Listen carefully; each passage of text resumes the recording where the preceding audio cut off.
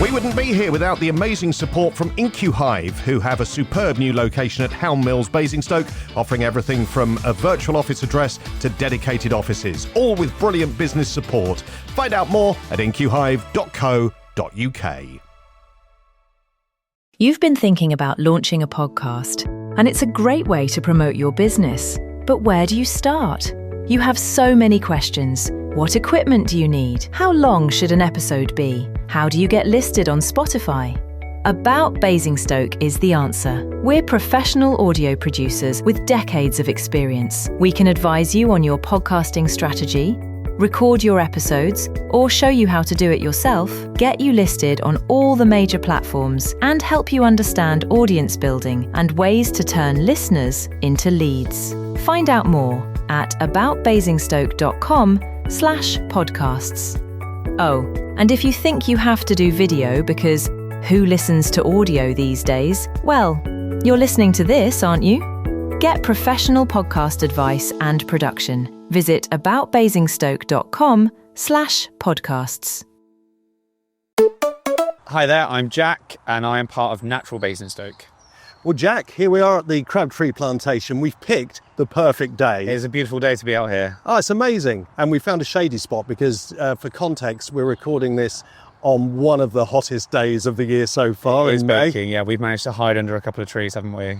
It's absolutely glorious. I mean, how do you find working outside? Well, pretty much all of the time, I guess. I'd say so. I guess it's a split. So, like the work that the groups do on the ground is definitely outside, and that's for our kind of practical conservation activities that we do. But I'd say you definitely get a better turnout on a nicer day. It's slightly, and I can totally understand, harder to get people to put on their raincoats and come out in the middle of a torrential rain when we've got some jobs to be doing. Yeah, absolutely. I mean, this is absolutely stunning here, and people may or may not know of it. It's one of those places, you know, I'll put my hands up. I've driven past the car park hundreds of times without kind of exploring. And that's often the way when it's on your doorstep, you don't necessarily. Yeah, I had the exact same thing when I moved to Basingstoke about 5 years ago, and I just had and I'm from Andover originally, so not too far away, had no idea that any of this stuff was here. And then kind of was introduced by a friend just on a walk together, and I was like, oh my God, this is all kind of here on our doorstep. Like, they're so lucky to have it. Yeah, too right. So tell us about Natural Basingstoke. What is it and who's it for? Yeah, so Natural Basingstoke. So we are a charity, a newly formed charity now. But the organisation has been running a bit longer. We've been running since 2013 as a volunteer organisation. Originally, the group was set up to help support a number of groups across the borough. So we have about just over 20 groups now that sit underneath the kind of Natural Basingstoke family.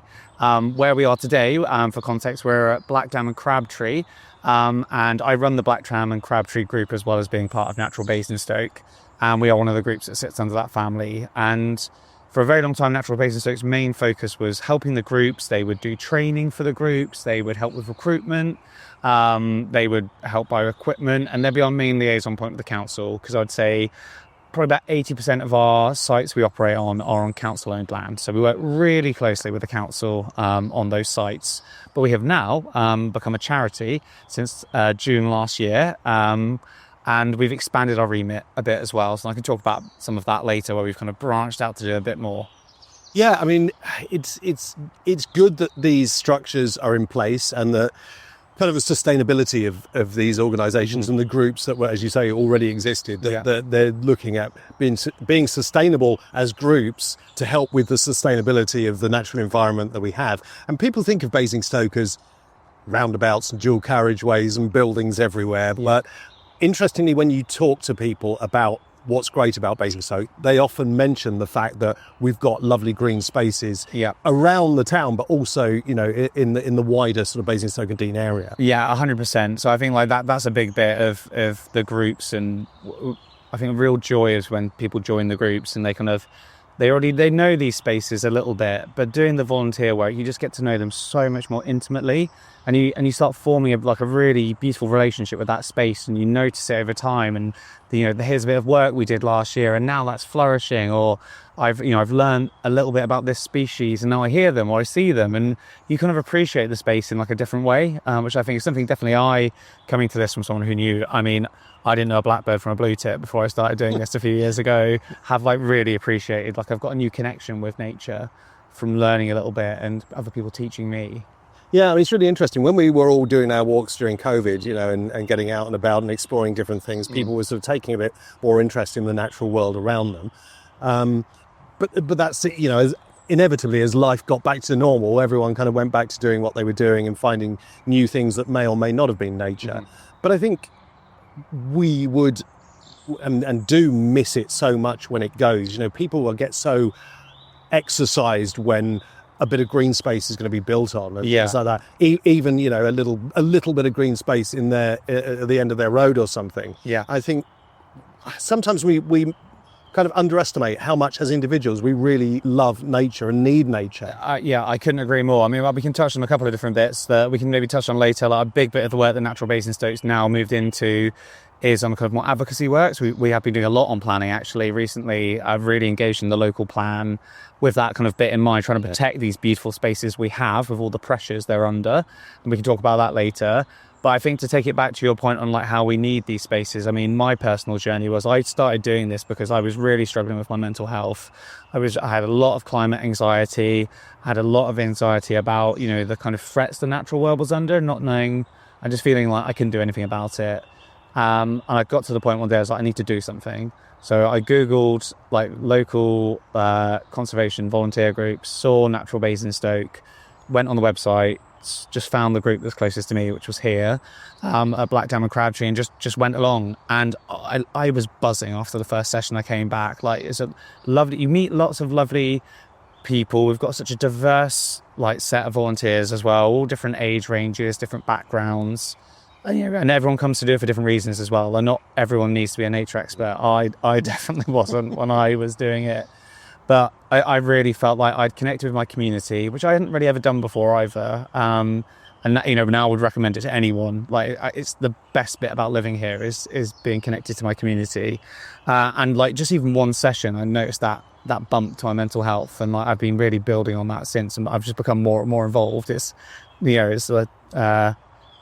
really escalated since then, the amount of involvement I have in like the group and the charity. I mean, that's brilliant to hear. And I mean, everyone, I think most people certainly will notice that as soon as you go into a different environment, I mean, we're sitting here, I can still hear traffic noise as you can pretty much everywhere in Basingstoke, but just getting out of the car, leaving the car, walking into this lovely space, surrounded by trees, surrounded by nature, it just changes the way you feel. Yeah, I totally. And I think like that's the thing I would say is that lots of volunteers come and volunteer with us for different reasons. And I wouldn't want anyone to self-censor that you have to know lots about nature, or even if it is just about nature. Some people just join because they want to be outside. It's once a month, like most of the groups run about once a month. You're outside, you're with like-minded people, and for some people it's doing something physical, and that's just an experience that they really enjoy. And so that can be enough for some people. Like that's I guess you've just got to care, haven't you, about nature, and be keen to find out more and ask questions. Exactly that. But even just the element of being outside in a space that and you care about. Like, we have people that just live close by and they just appreciate this space. They just want to do something to help. They don't need to, and there's no pressure to learn loads of things about nature to know why you're doing it. I will try and explain at the beginning of every session just to give it a context, like why we're doing what we're doing. But that, I don't even think that's a prerequisite at all. It's just, like you said, being outside, and that's enough. So obviously there's a lot of things that people can do in terms of the conservation work and actually getting physical and getting out into the space, but you also need volunteers to do some of the other roles that you've kind of touched on. Maybe you could go into those a little bit more. Yeah, no, thank you. So I think, like, especially since becoming a charity, we've widened our scope a bit. Like, we were very much focused on the conservation groups as our kind of main activity. We've now widened out slightly, so we've got 3 pillars that we kind of sit under the charity now. We've got the practical conservation, which I've talked about. That's kind of getting out to the spaces and doing some of the work. But we also have community engagement. I've talked briefly about some of the work we do with schools, with the Scouts. We also do a Green Week event. And we do a bio blitz. We have events we do throughout the year as well. So always looking for people to help with that, be it, could you lend us a hand coming to the event? You know, do you have experience in event planning, maybe with marketing, all those kind of things we need help with as well.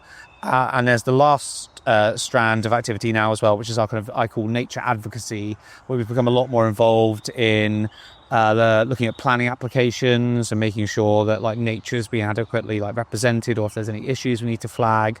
So we've been really involved in the local plan. We were very heavily involved in kind of lobbying local MPs and councillors on the planning and infrastructure bill as that was going through Parliament.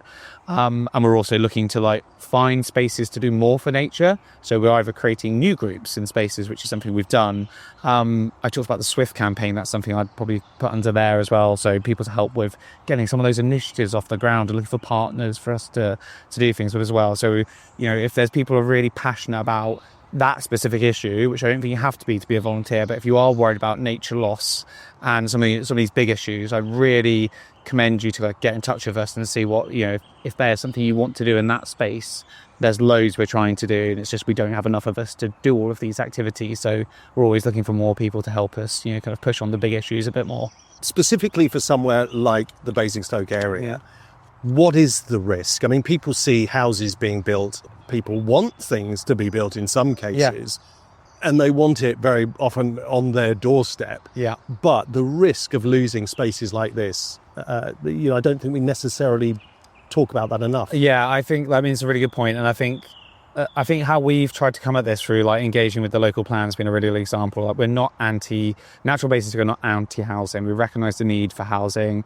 Our big thing has been trying to be the right place, the right building in the right place is what we're all about. So do you need to build something that destroys, you know, 100 hectares of ancient woodland that's taken, you know, thousands of years to get to where it's got to, and you can't replace that? You know, that builders have these statistics when they look at, you know, replanting, but those new trees are just not the same as what you've taken away. It hasn't got that complex ecosystem that's taken so long to build. So, you know, is there other options? And sometimes, you know, I feel for the council, they're under a lot of pressure to build these very difficult housing targets, and the way the system works is what space is presented. There's not, you know, you kind of, if you come at this from somewhere that I did, you thought there'd be a strategic plan where you'd say, right, we need this much stuff, here's the space where we're not doing things. It just doesn't work like that. It's what other people offer to sell. So it's, you know, it's quite patchy, and that's the thing where it affects nature. Is the thing we've really lost. It's definitely losing space, but it's the connectivity of these habitats. We've really fragmented all of our habitats in the way that we've built quite sporadically across the UK, and we've got a lot of pressure on those spaces that our wildlife can't get in between those spaces, and they're often locked into little pockets, and they can't get out to breed with or find breeding partners, or they have to go across really dangerous roads or motorways to get to somewhere else they need to go to, or a water source or something. It's that fragmented bit. So that's what we've really pushed. There is a strategy that now called the Local Nature Recovery Strategy, which all councils need to have, county councils need to have, and councils should try and implement, but the rules aren't as strict that they have to adhere to it. So we're really big on trying to look for those sensible places and make suggestions and see where the volunteer groups can come in to help, you know, say, actually, we can help get some funding to like get this space done for nature, and you build over here, but we'll try and protect this little corridor.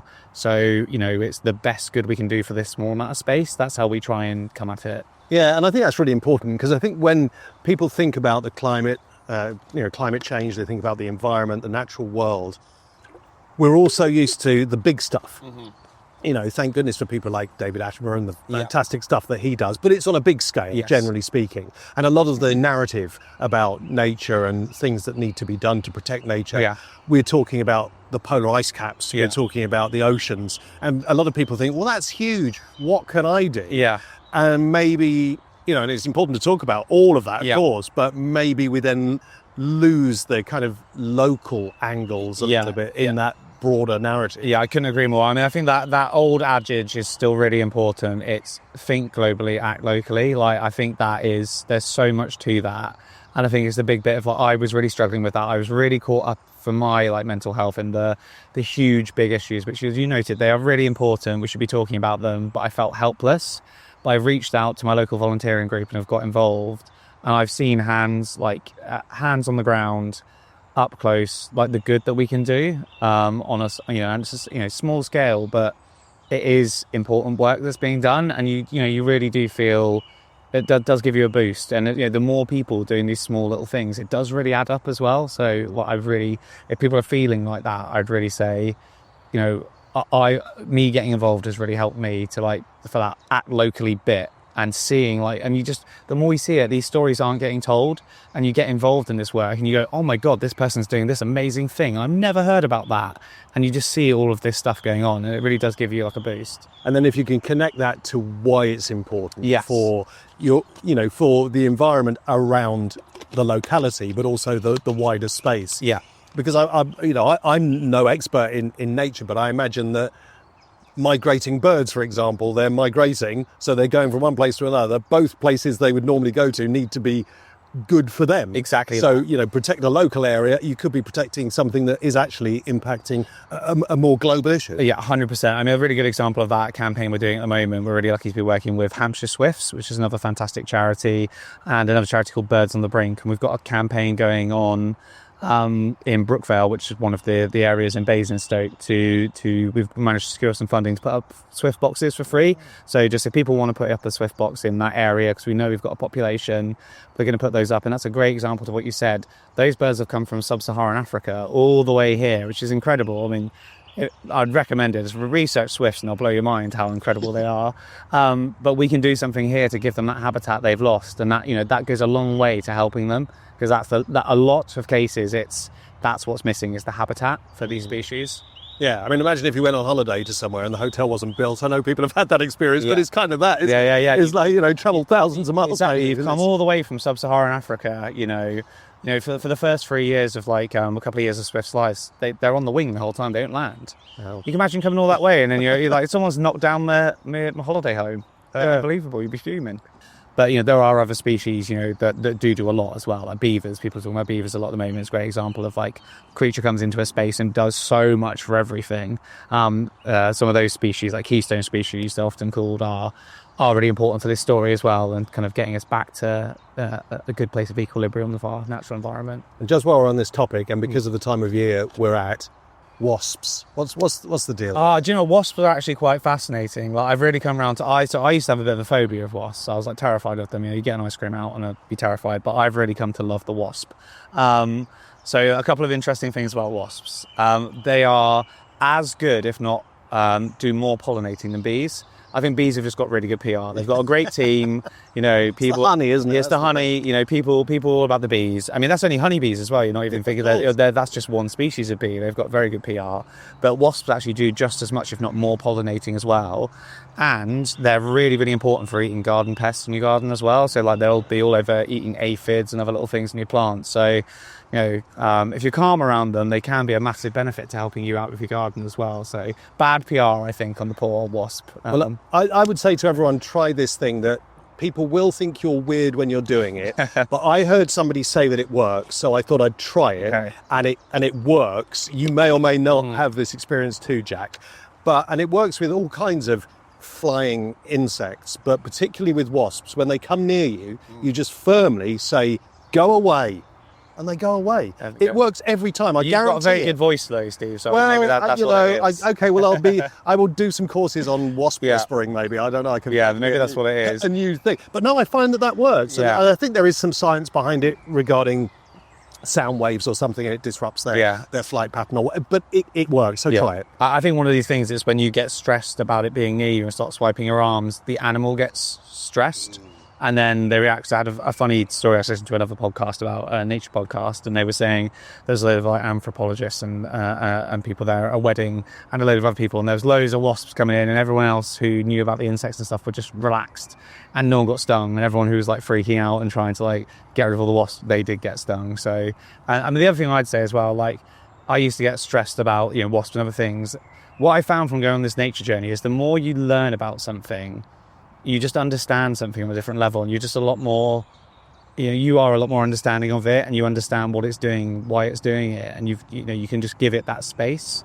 And I feel I've really come a long way in that with so many different things that I maybe would have been a bit like hesitant of, or, you know, wouldn't have given space for before, or was a bit like scared of. That now I understand you and what you do, I just feel so much more relaxed around it as well. So that's kind of been part of the journey, I think, for me.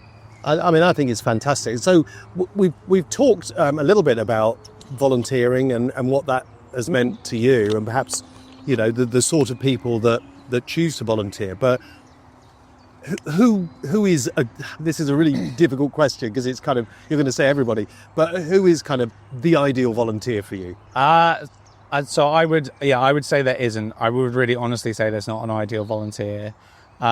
We'd love to have anyone along, and this is like everyone's space, so we want as many people to feel connected. So I think a big part of what we're trying to do is that the more people that are involved in this work as well, you have an ownership of a space, which is really important. So, like, you will, with these planning things we talked about, but that pressure comes around, you're willing to fight for a space if you're connected to it and you understand it and you care for it. So that's a big part of getting people to reconnect, because so many people have a real disconnection from nature. I didn't realize I was so disconnected from nature until I started doing this. And we said we do have some great green spaces in Basingstoke, but it's not really enough for how many houses and things there are. And a lot of these green spaces are under pressure. Like, really, we could do with having people having more access to more green spaces, to do that as well. So I'd say anyone can do this. I would say there are some bits where like physical work is required, and I always try and signpost that. If that is a concern for you, that you can't do that kind of physical activity, there's loads of other stuff you could get involved in if you did want to as well. I think a lot of people immediately go to the physical conservation work. That is one part of what Natural Basingstoke does, but there's loads of other parts that we do as well. People to help us with marketing, people to help us with events. There's the whole, citizen science is a whole other exciting space that we're trying to get people to do more of, like surveys, and teach people how to do that so we can understand the space a bit better as well. So there kind of feels to me like there is something for anyone here, and we'd love to have anyone come along. You don't need you don't need prior knowledge on the subject at all. No, well, we were saying before we started recording that, that wasn't a thing that you knew about. You didn't come in here knowledgeable about the natural world. Not at all.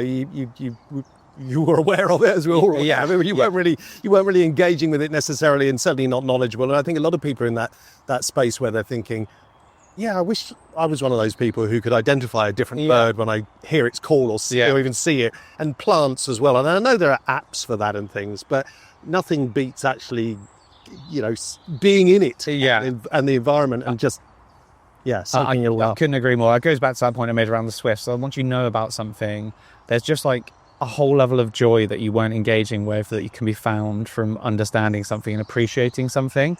You're like, this bird has come this far and it's such a rare, beautiful thing.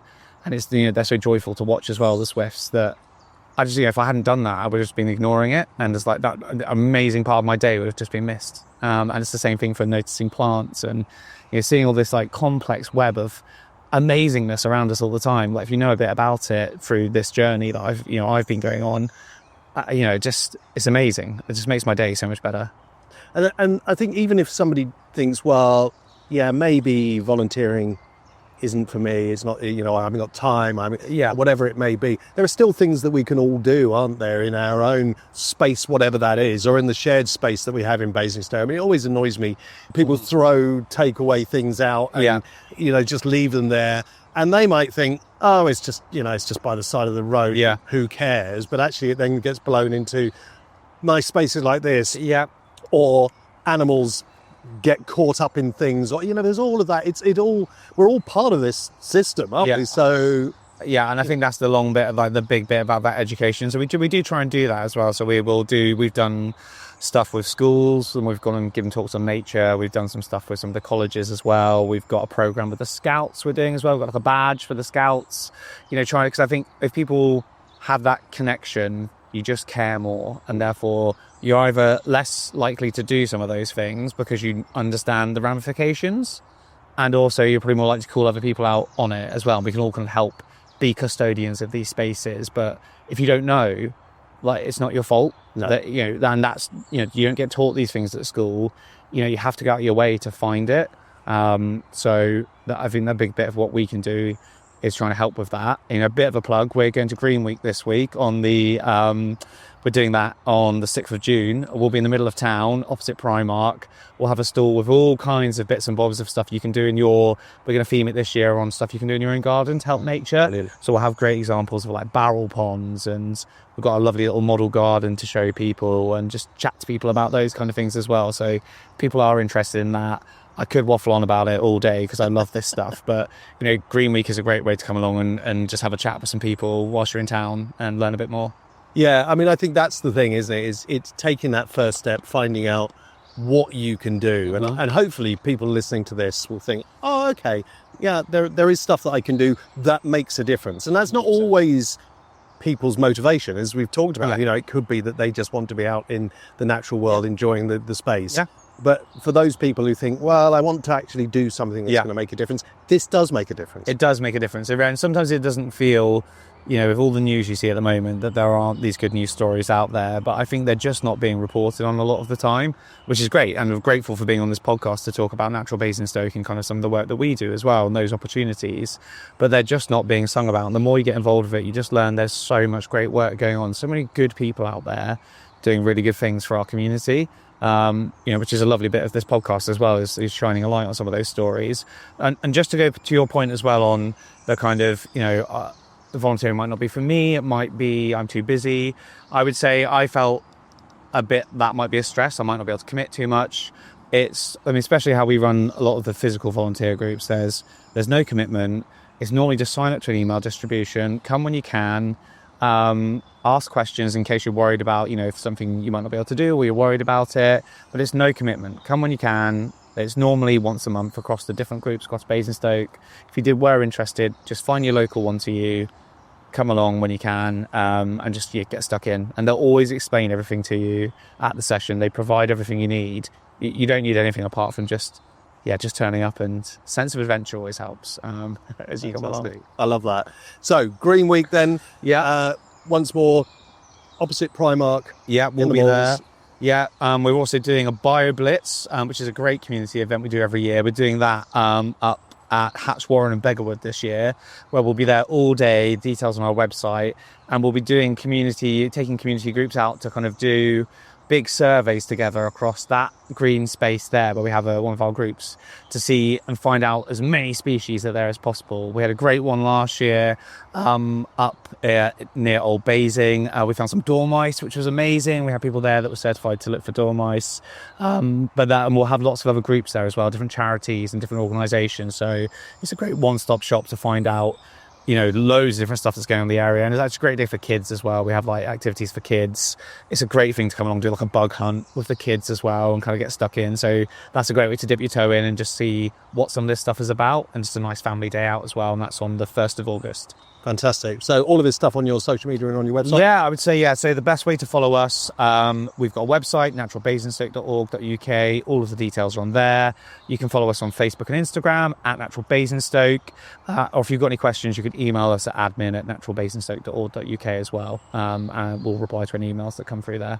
Jack, thanks very much. You're very welcome. I'm in no hurry to get away from this lovely space. Indeed. But thanks very much for your time. Bro, thank you. You've been thinking about launching a podcast, and it's a great way to promote your business. But where do you start? You have so many questions. What equipment do you need? How long should an episode be? How do you get listed on Spotify? About Basingstoke is the answer. We're professional audio producers with decades of experience. We can advise you on your podcasting strategy, record your episodes, or show you how to do it yourself, get you listed on all the major platforms, and help you understand audience building and ways to turn listeners into leads. Find out more at aboutbasingstoke.com/podcasts. Oh, and if you think you have to do video because who listens to audio these days? Well, you're listening to this, aren't you? Get professional podcast advice and production. Visit aboutbasingstoke.com/podcasts.